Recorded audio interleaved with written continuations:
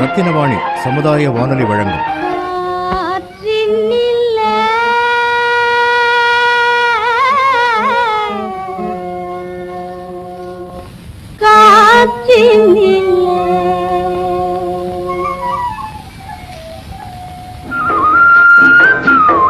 காற்றில் மிதந்து வரும் கணிதம். காற்றில் மிதந்து வரும் கணிதம் இந்திய அரசு அறிவியல் மற்றும் தொழில்நுட்பத்துறையின் ஓர் அங்கமான தேசிய அறிவியல் மற்றும் தொழில்நுட்ப தொடர்பியல் குழுமத்தின் ஆக்கம் ஊக்கம் ஆதரவுடன் ரத்தினவாணி சமுதாய வானொலி தயாரித்து வழங்கும் காற்றில் மிதந்து வரும் கணிதம்.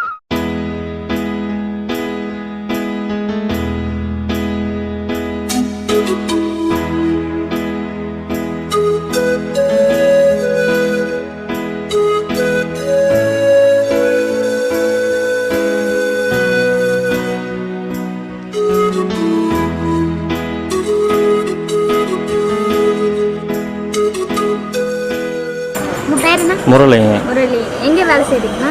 இங்கே தான் ஆகாஷ் இன்ஜினியரிங். பேருங்களா? ஆமாங்க, ஆகாஷ். மதுக்கரை மெயின் ரோட்டில் சிட்கோவில் இருக்குது. உங்கள் ஃபேமிலியில் யார் யாருன்னா இருக்காங்க? ஃபேமிலியில் ஒய்ஃபு குழந்தைங்க. குழந்தைங்க என்ன பண்ணுறாங்கன்னா? குழந்தை இன்னும் ஸ்கூல் சைடில் 3 வயசு ஆகுது. சின்ன குழந்தை. எங்கே இருக்கீங்க? வீடு எங்கே? வீடு பார்த்தீங்கன்னா எம்ஜிஆர் நகருக்குள்ளாரே தான் இருக்குது. எம்ஜிஆர் நகருக்குள்ள. என்ன வேலை செஞ்சுட்டு இருக்கீங்கன்னா? லேத்து ஓட்டிட்டு இருக்கேன். நீங்கள் வச்சிருக்கீங்களா இல்லை செஞ்சுட்டு வேலை செஞ்சுட்ருக்கேன்? வேலை செஞ்சுட்ருக்கேன். எத்தனை இயர்ஸாக வேலை செய்றீங்க? 12 வருஷமாக இங்கே வேலை செய்யறேன். 12 இயர்ஸ். ஆமாம். எப்படி வேலை? உங்கள் வேலை எந்த மாதிரிங்கண்ணா? வேலையை பற்றி ஏதாவது சொல்லுங்களேன். வேலையை பற்றி சொல்லணும்னா ஜாப் ஆர்டருங்க. மிஷின் அதாவது வந்து வெளியே எடுத்து இண்டோசல்லேருந்து எடுத்து இப்படி செஞ்சிட்ருக்கோம். கட் பண்ணுறதுங்களா? கட் பண்ணுன்னா லேத்துனா பொதுவாக பார்த்தீங்கன்னா டர்னிங் தான். அதாவது லேத்து அவங்க மிஷின் கொடுப்பாங்க, மிஷின் பண்ணி கொடுக்குறது தாங்க. ஆமாம். இது இந்த கம்பெனி ஸ்டார்ட் பண்ணி எவ்வளோ வருஷம்? கம்பெனி ஸ்டார்ட் பண்ணி ஒரு 20-25 வருஷம் ஒரு பக்கம் இருக்குங்க. உங்கள் ஃபேமிலியிலலாம் எப்படி போயிட்டுருக்கு? லைஃப் எல்லாம் நல்லாவே போயிட்டுருக்கு. பரவாயில்லைங்களா? எப்படி சேலரி எவ்வளோ வாங்கிட்டு இருக்கீங்க? சேலரி ஒரு 15 ரூபா பக்கம் வாங்கிட்டு இருக்கேன். 15 ரூபா. எப்படி ஓட்டியெல்லாம் போகவா இல்லை ஓட்டியோட சேர்த்து? ஓட்டியோட சேர்த்து தாங்க. டைமிங்னா உங்கள் வேலை? டைமிங் காலையில் நான் 9 மணிக்கு வந்தேன், நைட்டு ஒரு 9 மணிக்கு வருவேன். அப்புறம் உங்களுக்கு வேறு லீவ் டைம்ஸ்லாம் எப்போங்கண்ணா இருக்கும்? லீவ் டைம்னா சண்டே லீவு. சண்டே எப்போவுமே லீவ். சரிங்கண்ணா. சண்டேலலாம் என்ன பண்ணுவீங்க வீட்டில்? சண்டேல வீட்டில் என்ன, வீட்டில் தான் இருப்போம். இல்லை வெளியே எங்கேயாச்சும் போய்டும். ஆமாம், வெளியே ஃபேமிலியோட வெளியே போவோம். பார்க்கு அப்படி எப்படி போயிடுவோம். வீட்டில் நீங்கள் ஒய்ஃபு குழந்தை மட்டும்? ஜாயின்ட் ஃபேமிலியில். சரி சரி. வேறு உங்களுக்கு மேக்ஸில் வந்து ஏதாவது டவுட்ஸ் இருக்குங்கண்ணா? மேக்ஸில் கணக்கில் ஒரு சில பேருக்கு பார்த்தீங்கன்னா உங்கள் ஃபேமிலி பட்ஜெட் வந்து நீங்கள் எப்படி மெயின்டைன் பண்ணுறீங்க உங்கள் வீட்டில்? அதெல்லாம் ஒன்றும் மேக்ஸில் ஒரு டைம் ஃபேமிலி பட்ஜெட்லாம் நீங்கள் போடுறதில்ல அப்படின்னா?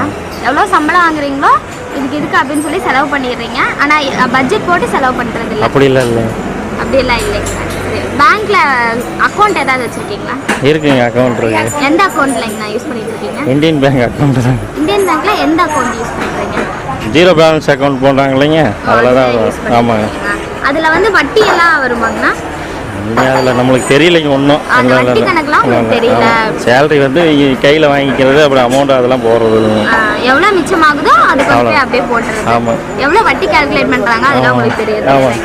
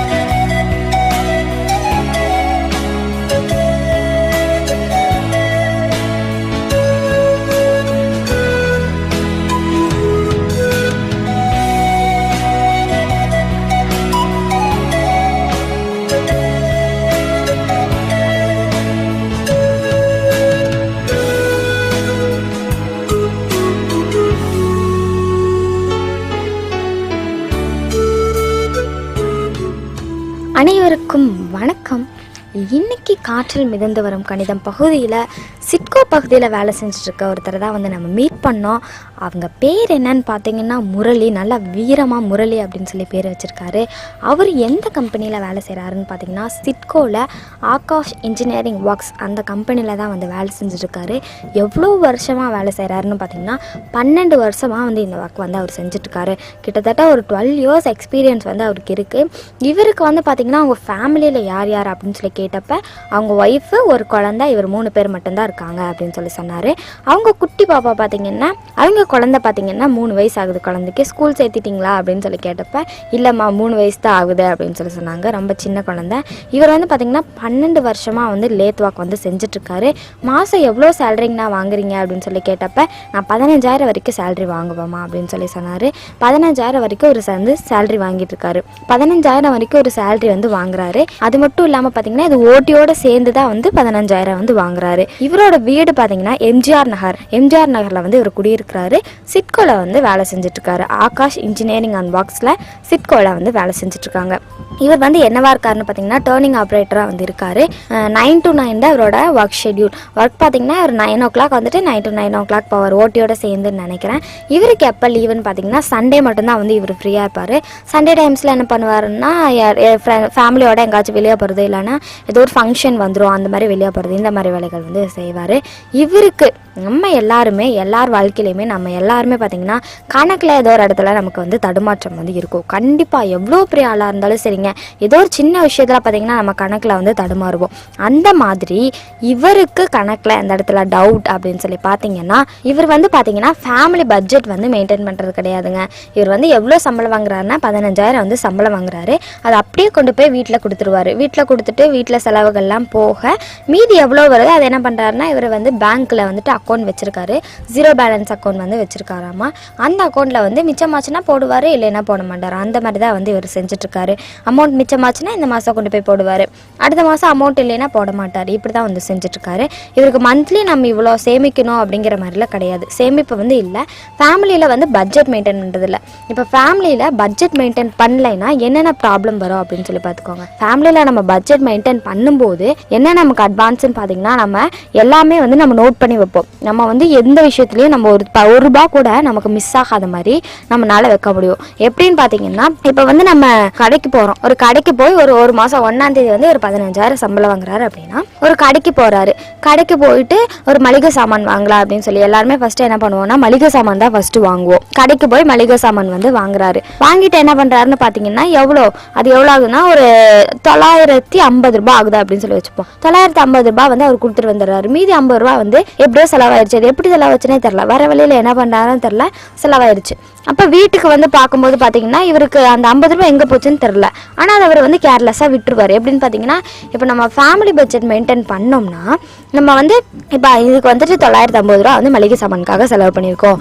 அப்போ நம்ம எவ்வளோ கொண்டு போனோம்? 1000 ரூபாய் நம்ம கொண்டு போனோம். 950 ரூபா வந்து நம்ம செலவு பண்ணியிருக்கோம். அப்போ மீதி 50 ரூபாய் நம்ம என்ன பண்ணோம் அப்படின்னு சொல்லிட்டு ஃபேமிலி பட்ஜெட் போட்டோம்னா நம்ம யோசிப்போம்.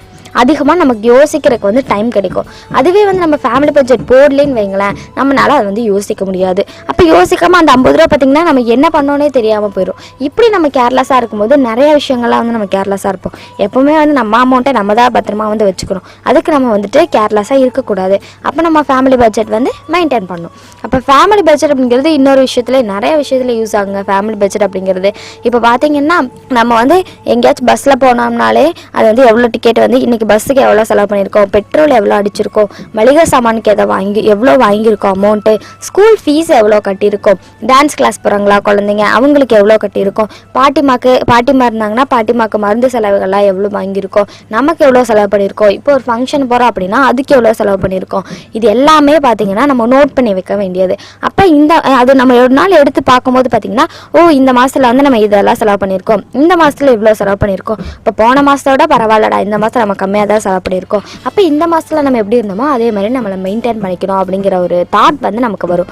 அதுக்கு வந்து நம்ம ஃபேமிலி பட்ஜெட் வந்து மெயின்டைன் பண்ணணும். அது மட்டும் இல்லைங்க, எந்த விஷயம் எடுத்துக்கிட்டாலும் இப்போ நம்ம வந்து ஃபேமிலி அப்படின்னு சொல்லிட்டு நம்ம ஃபேமிலிக்காக நம்ம வந்து ஒரு நோட் போட்டுருணும். இப்போ ஒரு லேத் கம்பெனியில் ஒர்க் பண்ணுறேன்னு சொன்னார்.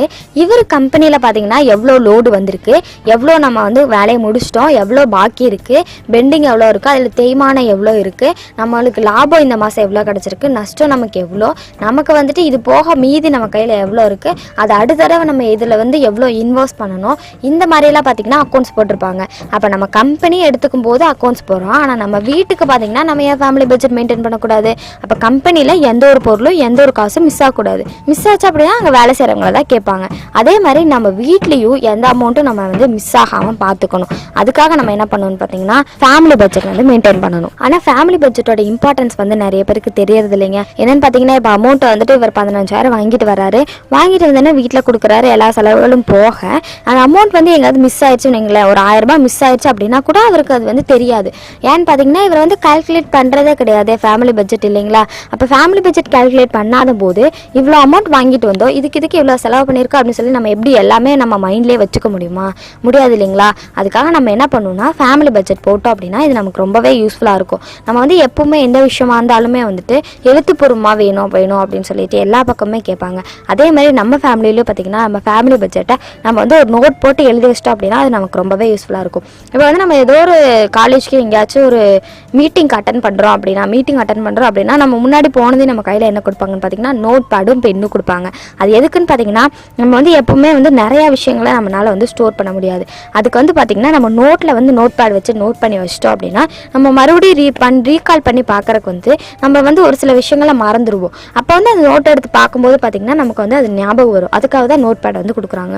ஸ்கூல்ல இருக்கட்டும் காலேஜில் இருக்க முக்கிய நம்மளை எழுத சொல்கிறாங்க. நோட் எழுதிட்டு வா, இது எழுதிட்டு வா, அசைன்மெண்ட் எழுதிட்டு வா. அது வந்து எதுக்கு சொல்கிறாங்கன்னு பார்த்தீங்கன்னா காலேஜ் ஸ்டூடெண்ட்ஸாக இருக்கட்டும், ஸ்கூல் ஸ்டூடெண்ட்ஸாக இருக்கட்டும், நிறைய விஷயங்களை வந்து நம்ம மண்டையில் போட்டு நம்ம வைக்க முடியாது. அப்போ இருக்கும் அது வந்து ஒரு மேலாப்பில் இருக்கும். நம்ம அந்த நோட் பேடை எடுத்து பார்க்கும்போது ஓகே இதான் அப்படின்னு சொல்லிட்டு நம்மளுக்கு கிளியராக இருக்கும். அதுக்காக தான் வந்து எழுத சொல்கிறாங்க. எழுதும்போது நல்லா வந்து மைண்டில் பதியும் அப்படின்னு சொல்லுவாங்க.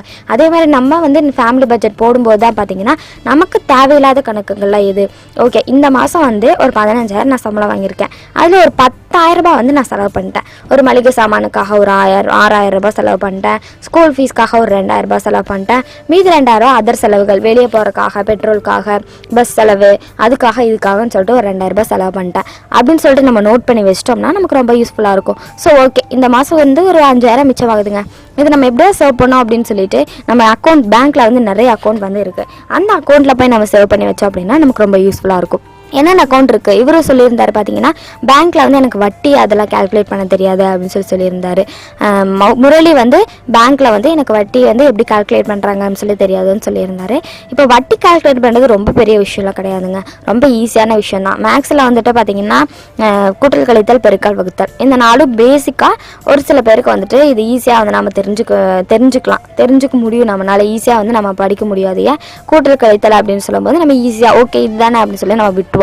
இதே வந்து அந்த வட்டி கணக்கு அதில் வரும்போது பார்த்தீங்கன்னா கொஞ்சம் தடுமாற்றம் வந்து இருக்கும். அது பார்த்தீங்கன்னா ரொம்ப ஈஸியான ஒரு விஷயம் தான். எப்படின்னா இப்போ 1,00,000 ரூபாய் வந்து நம்ம பேங்க்கில் வந்து கடன் வாங்குறோம் அப்படின்னா 1,00,000 இருக்கட்டும் 2,00,000 இருக்கட்டும் அதுக்கு வந்து பார்த்தீங்கன்னா ஒரு 5% வட்டி அப்படின்னு சொல்கிறாங்கன்னா, இப்போ 1,00,000 ரூபாய்க்கு 5% வட்டி அப்படின்னு சொன்னாங்கன்னா நம்ம எவ்வளோ அமௌண்ட் வந்து அவங்களுக்கு பே பண்ணணும்னு பார்த்தீங்கன்னா இப்போ 1,00,000 பெருக்கல் 5 வகுத்தல் 100 இப்படி தான் வட்டி கால்குலேட் பண்ணணும். 1,00,000 ரூபாய்க்கு நமக்கு எவ்வளோ % வட்டி அப்படின்னா 5% வட்டினா 1,00,000 பெருக்கல் 5 வகுத்தல் 100 அப்படின்னு சொல்லி போட்டோம்னா நமக்கு எவ்வளோ கிடைக்குன்னா 5,000 ரூபாய் வந்து கிடைக்குங்க. இதை நம்ம டிரைவ் பண்ணி பார்த்தோம்னா நமக்கு 5,000 ரூபாய் வந்து கிடைக்கும். அப்போ அந்த 5,000 ரூபாய் தான் வந்து பார்த்தீங்கன்னா நம்ம வந்து கட்ட வேண்டிய வட்டி தொகை. இதுதான் வந்துட்டு சொல்லுவோம், இதுதான் இப்படி தான் வந்து வட்டி வந்து கால்குலேட் பண்ணும். சரிங்களா? இதை விட இன்னொரு வழி கூட இருக்குது. இப்போ 5% வட்டி அப்படின்னா பர்சன்டேஜ் அப்படின்னாலே 100% அப்படின்னு சொல்லி அர்த்தங்க. அப்போ 100ல் 5 அப்படின்னா தான் 5%. ஓகேங்களா? இப்போ 100க்கு 5 ரூபா அப்படின்னு சொல்லி வச்சுக்கலாம். 5%னா 100க்கு 5 ரூபா. இதுவே 1000க்கு போட்டோம்னா 50 ரூபா. அதே மாதிரி 10,000க்கு போட்டோம்னா 500 ரூபா. 1,00,000க்கு போட்டோம்னா 5,000 ரூபா. இப்படி தான் வந்து வட்டி கால்குலேட் பண்ணும். இந்த மாதிரி 2 வழிகள் இருக்குது. இதில் உங்களுக்கு எது ஈஸியான வழியோ அதை வந்து நீங்கள் எடுத்துக்கலாம். ஓகேங்களா. இது ரொம்ப ஈஸியான ஒரு விஷயம் தான். வட்டி கணக்கு அப்படிங்கிறது ரொம்ப பெரிய விஷயம்லாம் கிடையாதுங்க. ரொம்ப ஈஸியான விஷயம் தான். நம்ம வந்துட்டு எதுவுமே வந்துட்டு நம்ம பழக நமக்கு வந்து ஈஸியாயிரும் அப்படிங்கிறது நம்ம எல்லாருக்குமே கண்டிப்பாக தெரிஞ்சிருக்கோம்.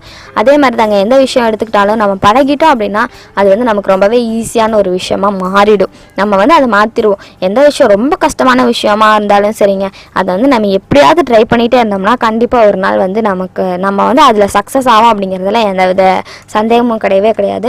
அதே மாதிரி மேக்ஸ் தெரியாது அப்படின்னு சொல்லி நிறைய பேர் இருப்பீங்க. அவங்களாம் பார்த்தீங்கன்னா மேக்ஸ் வந்து கண்டிப்பாக கற்றுக்கோங்க. அது ரொம்ப ஈஸியான விஷயம் தான். கஷ்டம் அப்படின்னு சொல்லி நம்ம நினச்சோம் அப்படின்னா தான் அது வந்து கஷ்டம். ஈஸி அப்படின்னு சொல்லி நினச்சோம்னா அது ரொம்பவே ஈஸி. ஸோ மேக்ஸை வந்து ஈஸி அப்படின்னு சொல்லி நினைங்க, நம்ம ஈஸியாக வந்து கற்றுக்க முடியும். வட்டி கணக்கு அப்படிங்கிறது ரொம்ப பெரிய விஷயம்லாம் கிடையாதுங்க. அது வந்து ரொம்ப ஈஸியான விஷயம் தான். எதுவும் நம்ம ட்ரை பண்ணால் தான் நமக்கு வந்து வரும். ஸோ வட்டி கணக்கு அந்த மாதிரி எப்படி போடணும் அப்படிங்கிறத வந்து நான் சொல்லிட்டேன். இதை வந்து நீங்கள் ட்ரை பண்ணி பாருங்கள், கண்டிப்பாக உங்களுக்கு ஈஸியாக வந்து வந்துடும். இவ்வளோ நேரம் வந்து நம்ம தைரியமான வீரமான முரளிக்காக வந்து நிறைய விஷயங்கள்லாம் வந்து சொல்லிட்டு இருந்தோம். இப்போ வந்து நேர்கள் உங்களுக்காக ஒரு கணக்கு புதிர் ஒன்று போடலாம் அப்படின்னு சொல்லி நான் நினைக்கிறேன். என்ன கணக்கு அப்படின்னு கேட்க ரொம்ப இன்ட்ரெஸ்டாக இருக்கீங்கன்னு நல்லாவே தெரியுது. சரி, என்ன கணக்கு அப்படிங்கிறத நான் குயிக்காக வந்து சொல்லிடுறேன். என்ன அப்படின்னு சொல்லி பார்த்தீங்கன்னா, ஒருத்தர் வந்து ரொம்ப கஷ்டத்தில் இருக்கார். அவர் வந்து நம்ம ஒரு லோன் வாங்கலாம் அப்படின்னு சொல்லி நினைக்கிறாரு. இப்போ தான் பேங்க்லலாம் வந்து லோன் வந்து நமக்கு ஈஸியாக கிடைக்கதாச்சு. அப்போ லோன் போய் வாங்கலாம் அப்படின்னு சொல்லிட்டு போகிறாரு, பேங்க்குக்கு வந்து போகிறாரு. போகும்போது பார்த்தீங்கன்னா போயிட்டு லோன்லாம் வாங்கிட்டு வந்துட்டார். இவர் வந்து பார்த்தீங்கன்னா 12% வந்து இன்ட்ரெஸ்ட். ஓகேங்களா, அதுக்கு பார்த்தீங்கன்னா 12% வந்து இன்ட்ரெஸ்ட்டு. இவர் வந்து பார்த்தீங்கன்னா 3 வருஷம் கழித்து 5400 வந்து கட்டுறாரு. ஓகேங்களா, எவ்வளோ பர்சன்டேஜ் இன்ட்ரெஸ்ட்டு? 12% வட்டி. 3 வருஷம் கழித்து இவர் வந்து பார்த்தீங்கன்னா 5400 வந்து கட்டுறாரு. ஓகேங்களா, அப்போ இவர் வந்து எவ்வளோ லோன் வாங்கியிருப்பாரு அப்படிங்கிறது தான் நீங்கள் கண்டுபிடிக்க வேண்டிய விடை. இதுக்கான கேள்வியை நான் வந்து நல்லா சொல்லிட்டேன், மறுபடியும் சொல்ல மாட்டேன், இன்னொரு தடவை சொல்கிறேன், நல்லா கேட்டுக்கோங்க. ஒருத்தர் வந்து லோன் வாங்கலாம் அப்படின்னு சொல்லி போயிட்டு லோன் வாங்கிட்டாரு. 12% இன்ட்ரெஸ்ட் அப்படின்னு சொல்லிட்டாங்க. 3 வருஷம் கழித்து ஒரு 5400 வந்து கட்டுறாரு. அப்போ பார்த்தீங்கன்னா இவர் வந்து எவ்வளோ லோன் வாங்கியிருப்பாரு? 3 வருஷம் கழித்து 5400 இன்ட்ரெஸ்ட் அப்படின்னு சொல்லி கட்டுறாரு. அப்போ இவர் வந்து எவ்வளோ லோன் வாங்கியிருப்பாரு அப்படிங்கிறதா வந்து நீங்கள் கண்டுபிடிக்க வேண்டிய விடை. இதை சரியாக கண்டுபிடிப்பீங்க அப்படிங்கிற நம்பிக்கையோட வந்து இந்த கொஸ்டின் நான் உங்களுக்காக சொல்லியிருக்கேன். இன்னும் கொஞ்ச நேரத்தில் இதுக்கான விடையை வந்து கண்டிப்பாக நான் உங்களுக்காக சொல்லுவேன். சரி, இவ்வளோ நேரம் வந்து நம்ம வந்து அவருக்காக நிறைய விஷயங்கள்லாம் வந்து நம்ம பேசிகிட்டு இருந்தோம். அவர் வந்து பார்த்திங்கன்னா வட்டி கணக்கு எப்படி போடுறது, பேங்க்கில் என்னென்னலாம் அக்கௌண்ட் இருக்குது, எஸ்பி அக்கௌண்ட் இருக்குது, ஆர்டி அக்கௌண்ட் இருக்குது, டெபாசிட் அக்கௌண்ட் இருக்குது. அது மட்டும் இல்லாமல் இன்னும் 2 அக்கௌண்ட் வேறு இருக்குது. என்ன அக்கௌண்ட் பார்த்திங்கன்னா மேஜர் மைனர் அப்படின்னு சொல்லி 2 அக்கௌண்ட் இருக்குது. இப்போ மேஜர் அக்கௌண்ட் அப்படிங்கிறது என்ன அப்படின்னு சொல்லி நான் முதல்ல சொல்லிடுறேன். இப்போ மேஜர் அப்படின்னா என்ன அப்படின்னு சொல்லுவாங்க, எல்லாத்துக்குமே தெரியும் எவ்வளோ வயசுக்கு மேலே மேஜர் அப்படின்னு சொல்லுவாங்கன்னு. 18 இயர்ஸ்க்கு மேலே, 18 வயசுக்கு மேலே மேஜர் அப்படின்னு சொல்லி சொல்லுவோம். அந்த 18 வயசுக்கு மேலே இருக்கவங்களாம் பார்த்தீங்கன்னா மேஜர் அக்கௌண்ட் அப்படிங்கிற அக்கௌண்ட் தான் யூஸ் பண்ணுவோம். அப்போ 18 வயசு கீழே இருக்கவங்களாம் பார்த்தீங்கன்னா மைனர் அக்கௌண்ட் அப்படின்னு சொல்லி அதுதான் வந்து அவங்க யூஸ் பண்ணுவாங்க. இப்போ 18 வயசு கீழே இருக்கவங்க, இப்போ எனக்கு வந்து 17 முடிஞ்சு 18 வயசு ஸ்டார்ட் ஆயிடுச்சு அப்படின்னு சொல்லும்போது நம்ம என்ன பண்ணலான்னு பார்த்தீங்கன்னா, எனக்கு வந்து 18 வயசு ஆயிடுச்சுங்க, அப்போ வந்து நான் மைனர் அக்கௌண்ட்லேயே இன்னும் இருக்கணுமா அப்படின்னு சொல்லி கேட்டிங்கன்னா கிடையாது. நம்ம மைனர்லேருந்து மேஜர் அக்கௌண்ட்டுக்கு பார்த்திங்கன்னா நம்ம ட்ரான்ஸ்ஃபர் ஆகணும். அதுதான் கரெக்டான ப்ரொசீஜர். இப்போ மைனர் அக்கௌண்ட்லேருந்து நம்ம மேஜர் அக்கௌண்ட்டுக்கு பார்த்திங்கன்னா 18 இயர்ஸ் ஆயிடுச்சு அப்படின்னா, கம்ப்ளீட் ஆயிடுச்சு அப்படின்னா நம்ம ட்ரான்ஸ்ஃபர் பண்ணிக்கலாம். ஏன்னு பார்த்திங்கன்னா இது 2 தனியாக பிரிச்சிருக்காங்கன்னா, இப்போ 18 இயர்ஸ் கீழே இருக்கவங்கலாம் பார்த்திங்கன்னா ரொம்ப சின்னதாக இருப்பாங்க. அமௌண்ட் பார்த்திங்கன்னா சிறு சேமிப்பு மாதிரி தான் வந்து சேமிப்பாங்க. பட் 18 இயர்ஸ்க்கு மேலே அப்படிங்கும்போது அது எவ்வளோ வேணாலும் லாஸ்ட் எவ்வளோ வருஷம் வரைக்கும் நம்ம இருக்குமோ அவ்வளோ வருஷம் வரைக்கும் 18 இயர்ஸ்க்கு மேலே இருக்கவங்களோட அக்கௌண்ட்டில் தான் வந்து வரும். அதில் பார்த்திங்கன்னா கோடிக்கணக்கில், லட்சக்கணக்கில், 10,000, 20,000 இந்த மாதிரி நிறைய பெரிய அமௌண்ட் வந்து போடுவாங்க. அதனால தான் அது தனியாகவும் இது தனியாகவும் பிரிச்சுட்டா நமக்கு ஈஸியாக இருக்கும் அப்படிங்கிறக்காண்டி அவங்க வந்து தனித்தனியாக பிரிச்சுட்டாங்க. இந்த மாதிரி நிறைய அக்கௌண்ட் வந்து பேங்க்கில் இருக்குங்க. இதில் உங்களுக்கு எது சூட்டபிளோ அந்த அக்கௌண்ட்டை நீங்கள் யூஸ் பண்ணி மணியை வந்து சேவ் பண்ணலாம். ஏன்னா சேவிங்ஸோட இம்பார்ட்டன்ஸ் வந்து நம்ம எல்லாருக்குமே வந்து நல்லா தெரியும். ஏன்னா சேவிங்ஸ் அப்படிங்கிறது நம்ம எல்லார் லைஃப்லையுமே வந்து கண்டிப்பாக இருக்க வேண்டிய ஒன்று. நம்ம எல்லாருமே வந்து எல்லா விஷயத்தையுமே வந்து சேவ் பண்ணணும். ஸோ எல்லா விஷயத்தையுமே சேவ் பண்ணோம்னா அதுக்கு நமக்கு ஒரு இது வேணும். அதுக்கு பார்த்திங்கன்னா பேங்க்கில் நிறைய அக்கௌண்ட் இருக்குது. அது மூலயமா நீங்கள் சேவ் பண்ணிங்கன்னா உங்களுக்கு கண்டிப்பாக யூஸ்ஃபுல்லாக இருக்கும். இப்போ ஏன்னு பார்த்திங்கன்னா அவன் வீட்டில் தான் சேவ் பண்ணும்போது நம்ம டக்குன்னு தேவையில்லாத காரணத்துக்காக நம்ம வந்து யூஸ் பண்ணணும், அந்த அமௌண்ட்டுக்கு எடுக்கணும் அப்படின்னு சொல்லி நம்ம மைண்ட் சொல்லிகிட்டே இருக்கோம். நம்ம வந்து டக்குன்னு ஏதோ ஒரு விஷயம் நமக்கு பிடிச்சிருச்சா தேவை இருக்காது. ஆனால் பார்த்திங்கன்னா நமக்கு அது வாங்கணும், அது இது பண்ணணும் அப்படின்னு சொல்லி நமக்கு ஆசை வந்து இருந்துகிட்டே இருக்கும். இப்போ வந்து நம்ம வீட்டில் சேமித்து வச்சோம் அப்படின்னு பார்த்திங்கன்னா நம்ம தேவையில்லாத காரணத்துக்காக நம்ம வந்து அது எடுக்கணும் நம்ம மனசு வந்து தோண்டிகிட்டே இருக்கும். அது ரொம்ப நம்மளுக்கு பிடிச்சிருச்சு அப்படின்னா அது தேவையில்லாத காரணமாகவே இருந்தாலும் இந்த விஷயம் நம்ம செய்யணும் அப்படின்னு சொல்லி நமக்கு நினச்சிட்டோம் அப்படின்னு வைங்களேன், நமக்கு அது தோண்டிகிட்டே இருக்கும். நம்ம எடுத்து செலவு பண்ணோம். இதுவே நம்ம பேங்க்கில் போட்டு வச்சிட்டோம் அப்படின்னா அவ்வளோக்கா தோணாது. பேங்க் போய் எடுக்கணும் அப்படின்னு சொல்லி ஒரு சில பேர் சங்கடப்படுவாங்க. சொல்லி வேண்டாம் வேண்டாம் அப்படின்னு சொல்லிட்டு மனசை வந்து தேத்திக்குவோம். அந்த மாதிரி வந்து நம்ம பேங்க்கில் சேமிச்சோம் அப்படின்னா நமக்கு ரொம்ப யூஸ்ஃபுல்லாக இருக்கும். சரி, நேயர்களுக்காக நான் ஒரு கணக்கு புதிரொன்று போட்டிருந்தேன். இவ்வளோ நேரம் வந்து நம்ம பேங்க் டீட்டெயில்ஸ் எல்லாம் பேசிகிட்டு இருந்தோம். இவ்வளோ நேரம் வந்து நம்ம பேங்க் டீட்டெயில்ஸ் எல்லாம் பேசிகிட்டு இருந்தோம். என்னென்ன அக்கௌண்ட் இருக்குது, அதில் எப்படியெல்லாம் வட்டி போடுவாங்க அப்படிங்கிறத பற்றி பேசிகிட்டு இருந்தோம். இப்போ வட்டி அப்படின்னு சொன்னாலே பார்த்தீங்கன்னா வட்டி ஈஸியானது. அது ரொம்ப போடுறது வந்து ரொம்ப ஈஸி தான். எப்படி போடணும்னு பார்த்தீங்கன்னா, இப்போ 1 லட்ச ரூபா நம்ம கடன் வாங்குறோம் அப்படின்னா அதுக்கு 5% வட்டினா 1 லட்சம் பெருக்கல் 5 வகுத்தல் 100 அப்படின்னு சொல்லி பார்த்தீங்கன்னா உங்களுக்கு 5000 ரூபாய் வந்து வரும். இதான் வட்டி கால்குலேட் பண்ணுற ப்ரொசீஜர். இது ரொம்பவே ஈஸியான ஒன்று தான். இது வேணும் போட்டோன்னா நமக்கு ரொம்ப ஈஸியாக இருக்குது. இப்படி போட்டோம் அப்படின்னா வட்டி கணக்கு ஒன்றும் பெரிய விஷயம்லாம் கிடையாது. பேங்க்கில் வந்து வட்டி கணக்கு போடுறாங்க, அது எனக்கு தெரில அப்படின்னு சொல்லாமல் எல்லாருமே இருப்போம். பட் அப்படி இருக்கிறத நம்ம தெரிஞ்சு வச்சுக்கிறது ரொம்ப நல்லது. இப்படி தான் வந்து வட்டி கணக்கு போகணும். இனிமேல் வந்து நீங்கள் இப்படி போட பழகிக்கோங்க. சரி, வந்து இவ்வளோ நேரம் நம்ம இவ்வளோ நேரம் வந்து நம்ம அவருக்காக பேசிகிட்டு இருந்தோம். இப்போ நேயர்களுக்காக வந்து ஒரு கணக்கு புதிர் ஒன்று நான் சொல்லியிருந்தேன். அதுக்கான விடைகளை இப்போ சொல்லலாம் அப்படின்னு சொல்லி நினைக்கிறேன். நேயர்களே ரொம்ப இன்ட்ரெஸ்ட்டாக இருக்கீங்க, கேட்டுட்ருக்கீங்க அப்படின்னு சொல்லி நினைக்கிறேன். சரி, ஓகே, என்ன அப்படின்னு சொல்லி நான் ஃபஸ்ட்டு சொல்லிடுறேன். அப்புறம் வந்துட்டு அதுக்கான விளக்கங்களையும் நான் கூடவே கொடுத்துட்றேன். ஆன்சர் என்னன்னு பார்த்தீங்கன்னா, அதாவது விடை என்னன்னு பார்த்தீங்கன்னா 15,000. எப்படி வந்துச்சு அப்படின்னு தானே கேட்குறீங்க. இந்த ஆன்சர் வந்து உங்களுக்கு கரெக்டாக வந்துருந்துச்சுன்னா வந்துட்டு சூப்பர், கரெக்டாக வரல அப்படின்னா ஃபீல் பண்ணாதீங்க. இதோட விளக்கத்தையும் நான் கூடவே தருவேன். அதுக்கான விளக்கத்தை வச்சு நீங்கள் போட்டு பார்த்தீங்க அப்படின்னா கண்டிப்பாக இந்த 15,000 அப்படிங்கிற ஆன்சர் வந்து உங்களுக்கு கண்டிப்பாக கரெக்டாக வரும். ஓகேங்களா? சரி, இதுக்கான விளக்கத்தை வந்து நான் முதல்ல சொல்லிடுறேன். ஃபஸ்ட்டு கொஷின் சொல்லிட்டு அப்புறம் விளக்கத்தை சொல்கிறேன். ஓகேங்களா? ஒருத்தர் வந்து லோன் வாங்குறாரு, 12% வாங்குறாரு. 3 வருஷம் கழிச்சு 5400 ரூபாய் வந்து இன்ட்ரெஸ்ட் கட்டுறாரு. அப்படி கட்டும்போது அவர் எவ்வளோ லோன் வாங்கியிருப்பாரு அப்படிங்கிறது தான் நீங்கள் கண்டுபிடிக்க வேண்டிய விடை அப்படின்னு சொல்லி நான் சொல்லியிருந்தேன். சரி, எப்படி கண்டுபிடிச்சிருப்பீங்கன்னு நான் எப்படி கரெக்டாக கண்டுபிடிச்சிருப்பீங்கன்னு நினைக்கிறேன். தப்பாக கண்டுபிடிச்சிருந்தீங்கன்னா இப்போ நான் சொல்கிற விளக்கத்தை வச்சு பார்த்தீங்கன்னா கண்டிப்பாக கரெக்டாக வரும். எப்படி கண்டுபிடிக்கணும்னு பார்த்தீங்கன்னா, இப்போ 12% அப்படிங்கிறங்காட்டி நம்ம வந்து ஃபஸ்ட்டு என்ன பண்ணணும்னா 100க்கு பர்சன்டேஜ் அப்படின்னாலே 100 தானே. அப்போ 100 பெருக்கல் 5000 எவ்வளோங்க 5400 வகுத்தல் 12 பெருக்கல் 3 அப்படின்னு சொல்லி போட்டோம்னா, ஏன்னா 3 வருஷத்துக்கு கண்டுபிடிக்கணும். அதில் கீழே வந்து ஒரு வருஷத்துக்கு எத்தனை மாதங்கள், 12 மாதங்கள். 12 பெருக்கல் 3 மேலே பார்த்தீங்கன்னா நம்ம 100 பெருக்கல் நம்ம 3 மாதத்துக்கு எவ்வளோ வட்டி 5400.